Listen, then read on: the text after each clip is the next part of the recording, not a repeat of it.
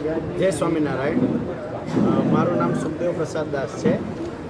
આજે આ પ્રેસ કોન્ફરન્સનું મુખ્ય કારણ એ છે કે નવા વર્ષે બધા જ પત્રકાર મિત્રોને વડતાલ ધામ ખાતે બોલાવી નૂતન વર્ષાભિનંદન પાઠવી અને વડતાલ ધામમાં દ્વિશતાબ્દી મહોત્સવ, શિક્ષાપત્રી લેખન તેમજ આચાર્ય પદ સ્થાપનનો તારીખ 30 ઓક્ટોબરથી 5 નવેમ્બર સુધી ઉજવાનાર છે. એના ઉપલક્ષમાં આ પત્રકાર પરિષદનું આયોજન કરવામાં આવ્યું છે. હા, શું મહત્વ રહેશે અને કઈ તારીખથી શરૂ થશે, કઈ તારીખે પૂર્ણ થશે? ભગવાન સ્વામિનારાયણ દ્વારા સુંદર મજાના વૈદિક સંપ્રદાયની સ્થાપના કરવામાં આવી.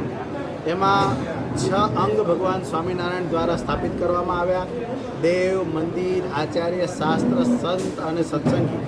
એમાંય ભગવાન સ્વામિનારાયણ દ્વારા જે શાસ્ત્રની રચના પોતાના હાથે કરવામાં આવી એવી શિક્ષાપત્રી, જેમાં 212 શ્લોક છે, જે સર્વ જીવ હિતાવ, જીવ પ્રાણી માત્ર માટે પરમ કલ્યાણકારી છે અને સંતો ભક્તોના અધ્યાત્મ અને ધાર્મિક પોષણ માટે આચાર્ય પદની સ્થાપના કરવામાં આવી.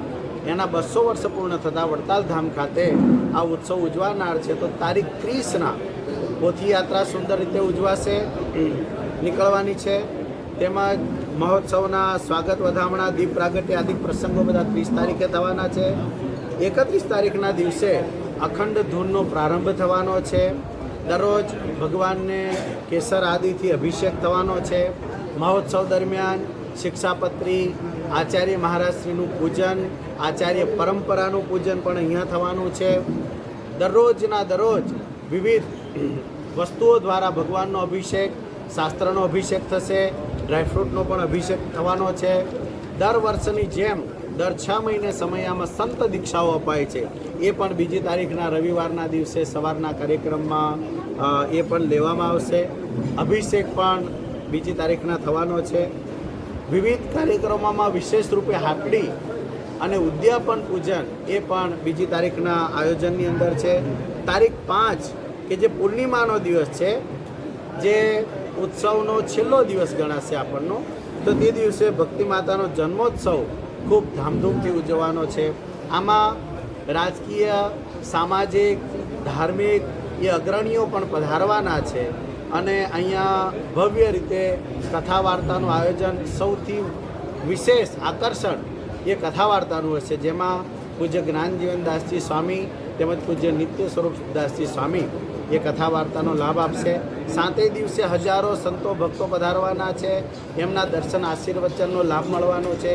પૂજ્ય આચાર્ય મહારાજ શ્રી આખા ઉત્સવમાં દરરોજ આપણને દર્શનનો લાભ આપવાના છે અને એનો પણ આપણને સૌને લાભ મળવાનો. આ ઉત્સવના મેનેજમેન્ટમાં કેટલા લોકો જોડાયા અને કેવી રીતે મેનેજમેન્ટ કર્યું?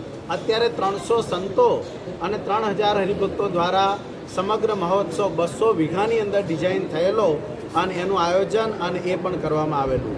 સમગ્ર વરસાદ કમોસમી થયો છે એટલે આપણે અમુક ખેતરોની અંદર પાણી હોવાના કારણે મંદિર પરિસર અને મંદિર પરિસરની બાજુમાં જે ઊંચી જગ્યાઓ છે કે જ્યાં પાણીનો પ્રશ્ન આપણને ન નડે, એ જગ્યાઓમાં અત્યારે ઉત્સવને ટ્રાન્સફર કરી અને અત્યારે અહીંયા આયોજન થયું. કેટલા લાખ લોકોને આવવાની સંભાવના છે?